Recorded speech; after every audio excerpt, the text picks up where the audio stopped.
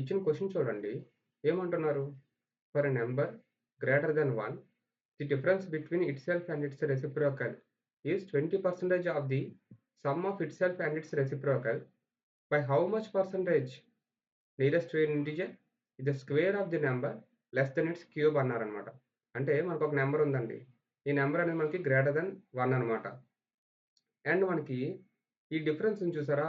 ఆ నంబర్ యొక్క ఇంకా దాని రెసిప్రోకల్ యొక్క డిఫరెన్స్ అనేది అంటే x-1/x అనేది equal to 20% of the sum of itself and its reciprocal అన్నారు. అంటే 1/5 ఆఫ్ x ప్లస్ 1/x అన్నమాట. దీన్ని మనం సాల్వ్ చేస్తే x-1/x is equal to x/5 plus 1/5x x minus x by 5 is equal to 1 by x plus 1 by 5x gives rise to x into 4 by 5 equal to 1 by x into 6 by 5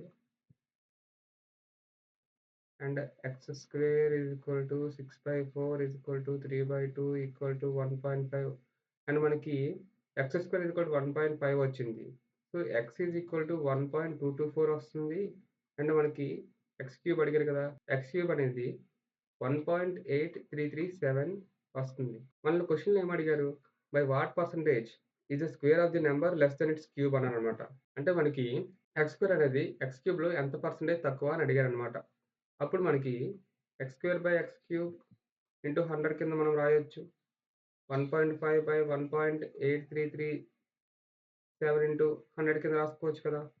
equal to మనం ఇంత decimals అక్కర్లేదు కదండీ! అంటే తగ్గించుకోవచ్చు కదా! Suppose ఈ రకంగా మనం రాసుకోవచ్చు. సో, 18 డివైడింగ్ 1500 మనకి 8 జా 144 వస్తుంది. 60 అండ్ 18 3 జా 54 6 సో, మనకి 0.3 అనేది సో, మనకి 3 అనేది రికరింగ్ అవుతుంది. మనకి ఆల్‌మోస్ట్ ఎంత పర్సెంటేజ్ అనేది తక్కువ అవుతుంది? 16.7 అండ్ మనకి ఆప్షన్స్ చూస్తే 16.7 దగ్గరగా ఏముంది? 18 అండ్ మనం ఇక్కడ డెసిమల్స్ అనేది చాలా వరకు తగ్గించేసాం కాబట్టి మనకి 16.7 వచ్చింది. అదే యాజ్ యూజువల్ డెసిమల్స్ మనం యూజ్ చేసుంటే అది మనకి 18 వద్దుననమాట. ఎందుకంటే డినామినేటర్ వాల్యూ అనేది ఎక్కువ కంపేర్ టు న్యూమరేటర్. సో, మనకి వాల్యూ అనేది ఇక్కడ 83 పాయింట్ సంథింగ్ వచ్చింది కదా! ఇది ఇంకా తక్కువ వస్తుందనమాట. సో, మనకి ఆల్‌మోస్ట్ నియర్ టు 18% వస్తుందనమాట.